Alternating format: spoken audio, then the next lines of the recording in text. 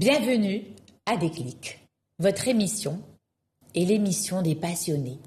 Mes invités sont des femmes et des hommes qui ont osé suivre le cœur, transformer leur parcours professionnel et ils sont là avec leurs convictions, avec leurs actions terrain et surtout avec plein de déclics. Aujourd'hui, j'ai avec moi Samia Beniz, bienvenue. Merci Bienvenue à ton déclic. Eh ben, merci d'être venue, d'être déplacée de Casablanca pour venir à l'ODJ. Ça fait grand plaisir. Merci beaucoup. Et merci pour l'invitation. Avec plaisir. Alors Samia va nous parler de persévérance, elle va nous parler de sa conviction, elle va nous parler de l'allaitement. Elle est à l'initiative du premier événement bénévole au Maroc totalement dédié à l'allaitement. Elle est animatrice à la Lecce. Exactement. Elle est également éducatrice certifiée STEM. Elle est fondatrice d'un projet qui s'appelle le Green 4.0, un espace dédié aux enfants, à la science. Elle va nous parler de tout ça mieux que moi. On va l'écouter. À toi de jouer, Samia. Merci. Alors, pour parler dans un premier temps, je vais me présenter tout d'abord. Bien sûr. Là, c'est Samia Beniz, je suis maman de 2 enfants. Et j'ai créé cette initiative de la première journée nationale bénévole dédiée à l'allaitement maternel. Très bien. Cette journée, elle a vu le jour grâce à une histoire. Ok. Une histoire qui a commencé il y a bien 8 ans. Un déclic, on va dire. Un déclic, allez, exactement. super, on commence par le déclic. Ça a commencé il y a 8 ans. Oui. Quand je suis tombée enceinte. Très bien. Et que je cherchais l'information concernant l'allaitement maternel. D'accord. Je cherchais de l'information auprès d'organismes qui a une information fiable et solide pour pouvoir sur laquelle m'appuyer, tout simplement. Très bien. C'est de là, en cherchant, que j'ai trouvé la Lecce League. Okay. Cette association internationale qui a vu le jour en 1956 aux États-Unis. C'est une ancienne association et qui est présente dans 80 pays. Donc, et du coup, le rôle de nous, en tant qu'animatrices, c'est d'accompagner et de soutenir les mamans pour avoir cette information concernant l'allaitement maternel et le maternage en général. Donc, tu étais enceinte. Exactement. Tu es partie chercher l'info pour ton allaitement, ton futur allaitement. Tu as trouvé cette association et tu as décidé d'adhérer, de devenir animatrice. C'est génial. Donc, actrice. Exactement. Okay. J'ai pas juste reçu... Mais je voulais ce changement-là pour les femmes marocaines, pour avoir ce soutien-là. Donc j'ai décidé de franchir le cap et de devenir avec eux animatrice. Ça n'a pas vu le jour directement grâce à mon allaitement, c'est-à-dire les premiers jours. Mais c'est tout un processus qui dure dans le temps parce qu'il faut qu'on se forme en allaitement, il faut qu'on ait cet esprit de partage, de communication. Donc du coup... En attendant cette formation-là pour devenir animatrice, j'ai acquis toutes les compétences avec eux et finalement j'ai eu cette certification de devenir animatrice avec eux. Bravo. Donc ça c'est par rapport à la Lecce League. Exactement. Et le reste, le projet Green 4.0, qu'est-ce que c'est exactement, s'il te plaît, Samia? Alors c'est un projet qui a vu aussi le jour. Tout vient du cœur. C'est génial. Donc du coup, tout vient du ventre. Exactement. Ouais. Donc c'est venu dans un premier temps grâce à ma grossesse. Après mes enfants, ils ont commencé à grandir. Je cherchais des activités pour eux, pour les éveiller à tout ce qui est scientifique, tout ce qui est technologique, tout ce qui est activité manuelle aussi. Donc du coup, en cherchant, c'est comment combler ce besoin-là et comment inciter à développer cet esprit critique.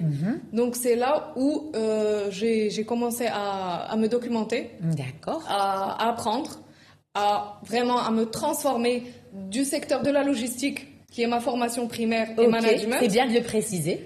À vraiment une reconversion professionnelle de 1 dans l'allaitement et de 2 dans tout ce qui est activité STEAM pour enfants. Alors on rappelle, qu'est-ce que c'est le STEAM, la certification STEAM pour les gens qui nous suivent et qu'on remercie déjà. D'ailleurs, on peut nous suivre sur l'ODJ, bien sûr. On est sur LinkedIn, on passe en streaming, on est sur TikTok, on est sur Instagram et on est sur Facebook et bien sûr sur YouTube. Ah bah génial. Donc cette certification STEAM, c'est quoi exactement? C'est une certification internationale qui vient aussi des États-Unis. qui te nomme en tant qu'éducateur STEM, c'est-à-dire que tu as les qualifications et les compétences acquises durant ta formation pour pouvoir transmettre aux enfants le savoir concernant la science, la technologie, l'ingénierie, l'art et les mathématiques. Très bien. Et donc ton projet, ton Green 4.0, c'est un espace dédié à ce type justement de pratique, de partage. Exactement. Et tu as parlé de critique, donc d'éveil critique scientifique. Exactement, parce que quand on parle de tout ce qui est science, on parle de cet éveil, on parle de la compétence à comment comprendre la chose, pas juste à venir et avoir un résultat final, mais comprendre toute la démarche qu'il va y avoir avant de trouver la solution à un problème. Donc cette démarche-là, on leur apprend à travers des activités scientifiques, des activités manuelles, où on fait intégrer par exemple du recyclage aussi. Par exemple, ils vont créer une voiture à travers du matériel recyclé. Ils vont comprendre, c'est-à-dire ils vont fabriquer les roues avec des bouchons. Ils vont fabriquer la base avec un carton. Ils vont fabriquer le moteur. Ils vont l'intégrer, le volet technologique. Ils peuvent comprendre aussi un volet qui est la propulsion, comment fonctionne la propulsion grâce à une propulsion d'air. Donc tout ça passe à travers le jeu pour que l'enfant puisse comprendre une aptitude et comprendre le fonctionnement derrière la science. Très bien, donc les différentes étapes, le fonctionnement, esprit critique, avant le résultat. Donc le déclic, on va considérer que c'est la grossesse. Ensuite, l'arrivée des enfants, et donc vouloir justement à ces enfants développer cet esprit critique. Et donc au lieu d'aller chercher l'info et de la consommer, Samia a décidé d'être actrice dans tout ça et partager son savoir-faire. Franchement, bravo. Merci. On va revenir à l'événement qui a eu lieu il y a quelques semaines, une première édition. Qu'est-ce que c'est? Quels ont été donc les retours suite à tes retours, ce que tu as senti suite à ce premier événement? Les gens qui se sont déplacés, peut-être des invités, des officiels, des professionnels. Alors, cette journée-là, elle a eu lieu le 6 juin à l'Université internationale de Casablanca. Très bien. On a eu des invités étrangers, des personnes qui sont certifiées en lactation. C'est une certification aussi américaine. Tout vient de... D'accord. Ils sont pionniers, on va dire. Exactement. Ils ont commencé et là, nous, heureusement qu'il y a ce savoir, donc on arrive à le retransmettre. Et c'est de là que cette volonté est venue de le faire transmettre ici au Maroc aussi. Donc, c'est des invités qui sont venus, qui sont aussi animatrices de la Lecce et qui ont cette certification internationale qui est la certification IBCLC. C'est la plus haute certification reconnue dans le monde de la lactation. Très bien. Donc, ces 3 invités, elles sont venues pour faire des conférences ici. On peut les citer? Bien sûr. Oui. Il y avait Charlotte Young. D'accord. Il y avait Magali Bonton et il y avait Roselyne Duche-Boncel. Très bien. Donc, elles sont venues ici au Maroc. Elles ont fait des conférences. On a animé des donc il y avait des panels. Exactement. Donc, la journée, elle s'est déroulée de 9h du matin à 18h30. Donc, il y avait 2 conférences et il y avait 3 tables rondes autour de différents sujets. Et durant ces tables rondes, nous avons eu des temps d'échange. Il y avait eu des professionnels de santé marocains, des experts en yoga. Par exemple, on avait l'invité, on avait Madame Oumlil, qui est professeure pédiatre. On a eu Madame Nawal Bentalia, qui est médecin aussi. On a eu une diététicienne, Zineb El-Fassi.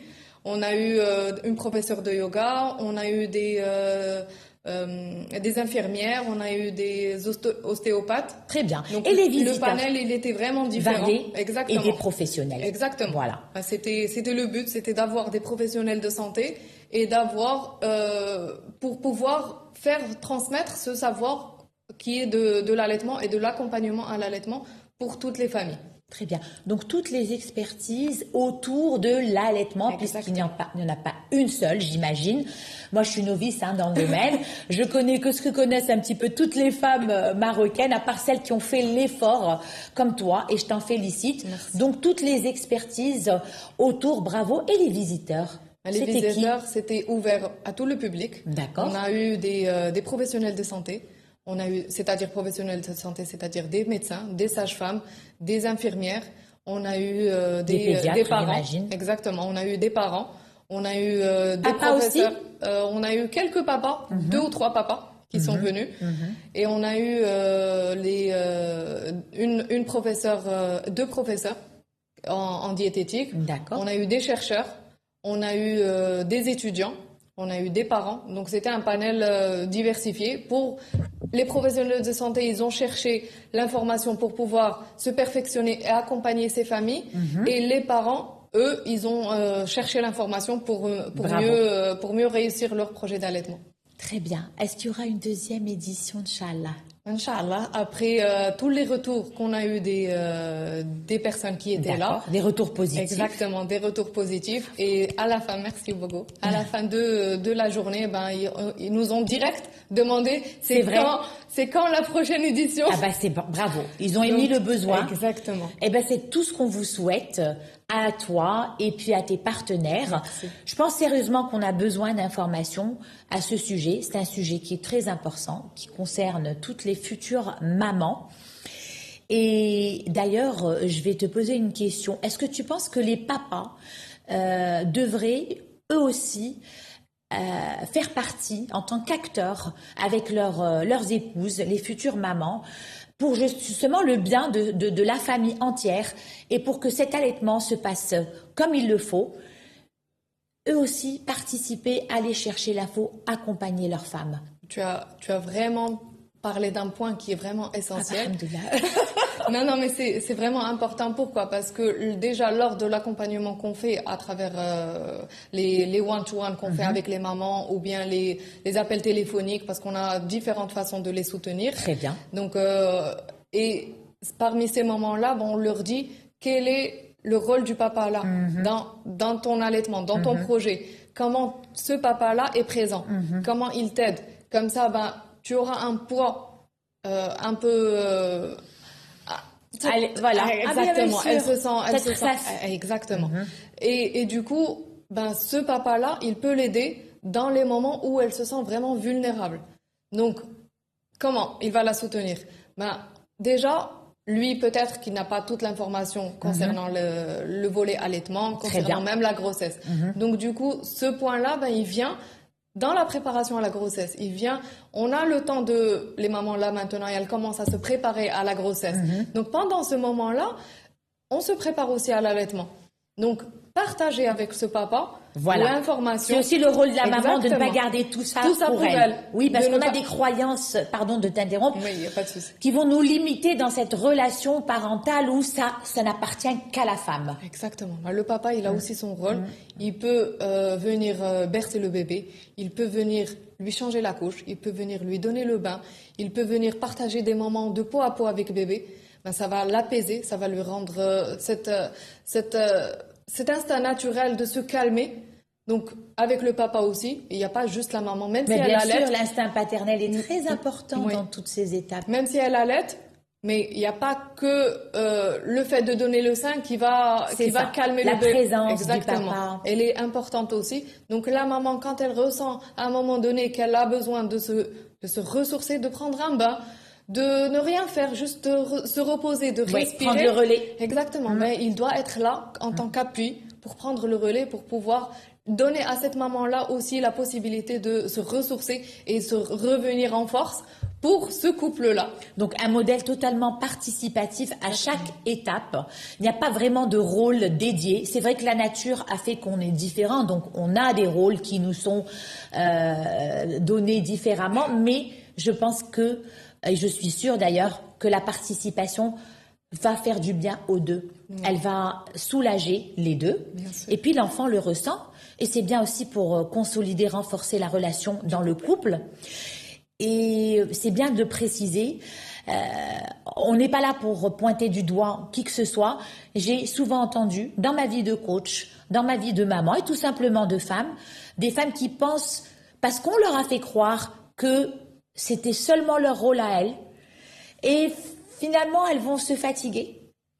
La charge mentale va devenir plus élevée. Physiquement, en sachant que c'est une étape qui fatigue. Exactement. Donc elle va être beaucoup plus fatiguée et le papa va apporter cette psychologie, sécurité psychologique et décharger mentalement, et c'est très important pour l'ensemble de la famille. Ouais. Merci beaucoup d'en parler. Est-ce que tu veux faire passer un autre message aujourd'hui? Tu as une caméra en face de toi concernant l'allaitement aux mamans maintenant. Le message que je veux transmettre, c'est que les mamans, elles ont cette possibilité d'avoir l'information disponible sur les réseaux sociaux, disponible partout à travers Internet et à travers l'association qui est la Leche League. On soutient les mamans, on soutient tout projet d'allaitement. Les mamans qui ont envie d'allaiter une journée, qui ont envie d'allaiter 2 mois, qui ont envie d'allaiter 2 ans, qui ont envie de faire du mix. Donc tous les projets d'allaitement, on les soutient. Informez-vous, parce que quand vous allez avoir cette information fiable, scientifique, vous allez pouvoir mieux comprendre votre phase d'allaitement et mieux réaliser votre projet d'allaitement comme vous le souhaitez. Mieux le réussir. Exactement. Voilà. Comme je dis toujours, c'est mon slogan, mieux communiquer, mieux vivre. Allez chercher la communication. Oui. Elle ne va pas venir taper à la porte, il faut la chercher.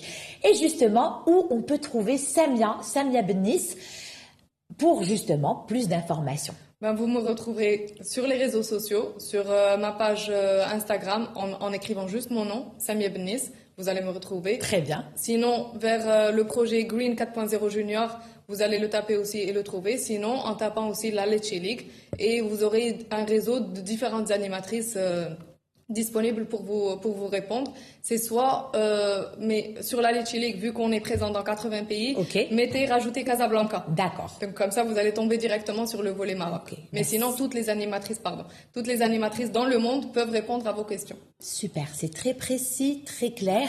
Vous avez l'embarras du choix. Allez-y, allez chercher. Et sinon, ma question. Oui. Est-ce qu'aujourd'hui, les mamans marocaines allaitent moins? Les mamans marocaines, actuellement, elles commencent à s'informer.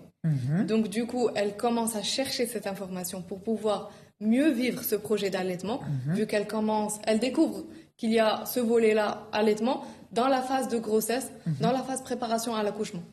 Donc, quand elles vont se préparer, elles vont découvrir que l'allaitement, il y a des tips qu'il faut suivre pour pouvoir mieux réussir cet allaitement. Donc, elles commencent, elles aussi, à s'orienter et à s'entourer des mamans et à demander conseil auprès soit des mamans dans son entourage qui a déjà allaité, soit en cherchant sur Internet l'information auprès d'un volet X dans l'allaitement. Merci. Est-ce qu'il y a eu une génération qui s'est éloignée de l'allaitement, donc de cette nature, par peut-être un système, la femme active qui travaille, ou pas des croyances peut-être qu'on a traînées, un côté aussi esthétique? Est-ce qu'il y a eu cette tendance? Il y a eu dans les années 50-60 où il y a eu l'introduction des compléments PPN, qui sont les compléments pour nourrissons. D'accord. Et ces compléments-là, vu qu'il y a eu une forte médiatisation et que les mamans de cette époque-là, elles ont trouvé que peut-être que c'est la chose la plus facile à faire, surtout avec les mamans actives qui travaillent. D'accord. Mais l'information-là, elle commence à circuler. Elle commence à tourner, même pour les mamans qui travaillent. C'est-à-dire qu'elles peuvent avoir leur projet de vie en tant que femme active. En parallèle, s'organiser et en même temps allaiter et vivre leur projet comme elles le veulent. Donc ce soutien-là et cette information-là, elle est disponible pour pouvoir les accueillir. Donc il n'y a pas de chiffres, de statistiques qui vont nous dire « Ok, à telle période, il y avait moins d'allaitement, maintenant il y a un retour ». Moi, j'ai quand même l'impression qu'il y a un retour. Il y a un retour, effectivement, mais malheureusement, le taux, il est encore très faible. D'accord. Les derniers chiffres, ils sont de 35% d'allaitement exclusif jusqu'à 6 mois. C'est des données de 2008. Et avant, le taux, il était beaucoup plus faible. Et on commence à l'augmenter. Et le ministère de la Santé, il fait un énorme effort aussi concernant les campagnes d'allaitement qui se font à travers les différentes régions du pays. Dans le monde du travail, est-ce que la femme est autorisée, justement, est-ce qu'elle a un espace dédié pour pouvoir allaiter? Est-ce qu'elle peut ramener son enfant, comme on le voit dans certains pays?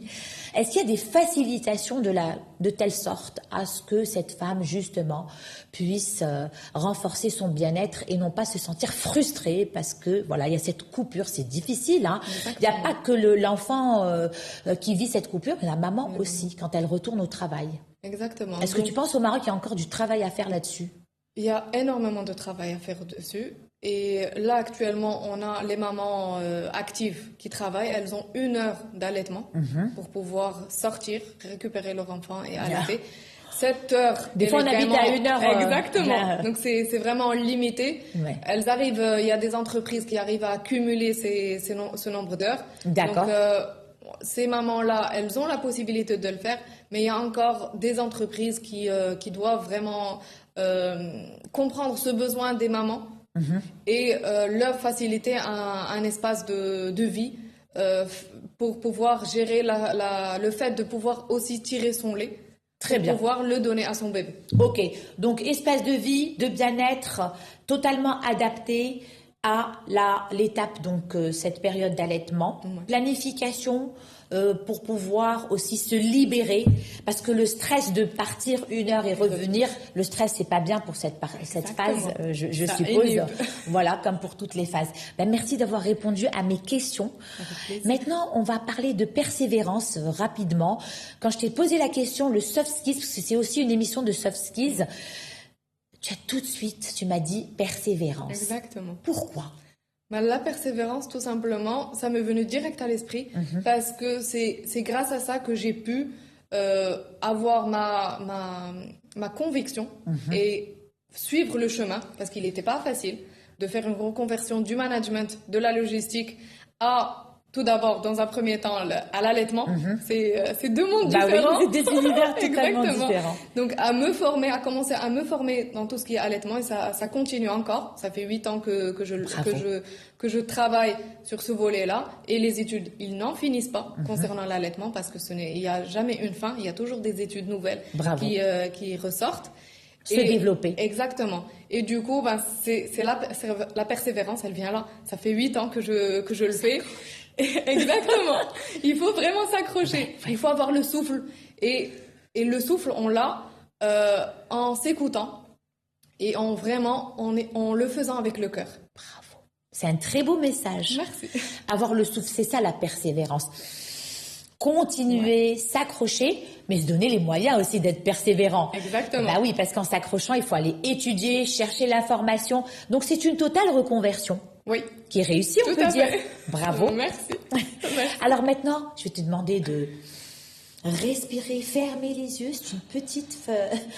en continuité de persévérance. Voilà, dans la persévérance, c'est une petite pause déclic psychologique. On inspire, on expire, on compte jusqu'à 3, on n'ouvre pas les yeux. On imagine que Samia n'est ni dans l'allaitement, ni dans tout ça. Est-ce qu'elle a un petit côté encore caché qu'elle aimerait être? Une autre passion totalement différente. Allez, on ouvre les yeux. Quelque chose qu'on n'a pas partagé aujourd'hui à Déclic. Qu'on partage Que tu aimes, quelque chose d'autre, je ne sais pas. La peinture peut-être, ou ma vie sportive. Ah, c'est vrai, tu fais du sport? Je faisais du sport, oui. Pourquoi je faisais? Tu as arrêté? J'ai arrêté parce que tout simplement on s'oublie, malheureusement. Il faut continuer avec les enfants. Oui. Voilà. Mais cette persévérance-là, Oui. on en revient toujours. Oui. Elle n'est pas en continu. C'est vrai. Il y a des phases. C'est vrai. Il y a des phases parce qu'on a notre journée qui est vraiment full du matin jusqu'au soir. On a notre vie quand on est femme, on a notre vie professionnelle. Plusieurs casquettes. On a surtout là, moi je fais 2 domaines différents. Un volet l'allaitement et un volet STEAM. Donc le volet femme aussi, de maman, et le volet maman. Donc du coup, ces différentes casquettes-là, le temps que j'ai à la fin, je préfère prendre un moment pour respirer, pour me relaxer. C'est important. Je préfère faire ça que faire une séance de sport de 1 heure. Te forcer, la prendre, l'arracher. Je la raccourcis 10-15 minutes, je respire et ça me rebooste. Et puis après, je suis sûre que ça va revenir. Il y a des fois des choses, je sais en ce qui me concerne, des choses qui se sont mises de côté par priorité et qui sont revenues. Ouais. Ben, merci beaucoup Samia pour tous ces toi. messages forts, puissants, inspirants, pour ce moment de partage, ta générosité. Merci d'être venu à l'ODJ. Encore une fois, tu as une caméra. Un dernier message à ceux qui nous regardent aujourd'hui, parce que c'est une reconversion en fait. Exactement. Voilà. Et voilà, que tu voudrais partager avec eux pour qu'ils osent écouter leur cœur et persévérer. Alors, mon dernier message, c'est que écoutez-vous. Écoutez votre passion. Vous pouvez à tout âge faire des reconversions professionnelles. Ne vous limitez pas à ce qu'on croit, à ce que les études, on doit les suivre à une chronologie. À tout moment, vous avez une envie, vous l'étudiez, vous analysez et à la fin, vous écoutez votre cœur et c'est grâce à ça que vous allez pouvoir réussir et persévérer et continuer et arriver là où vous voulez. Merci beaucoup. Merci Samia. Merci. C'était très inspirant. Tu as écouté ton cœur. Exactement. J'aime beaucoup, tu l'as répété plusieurs fois. Ouais. Et ça sera le mot de la fin. Écoutez votre cœur. Il parle, il vous dit beaucoup de choses. Il va vous indiquer le chemin. Votre chemin, qui est unique. Et c'est celui qui vous convient. Merci beaucoup pour votre suivi.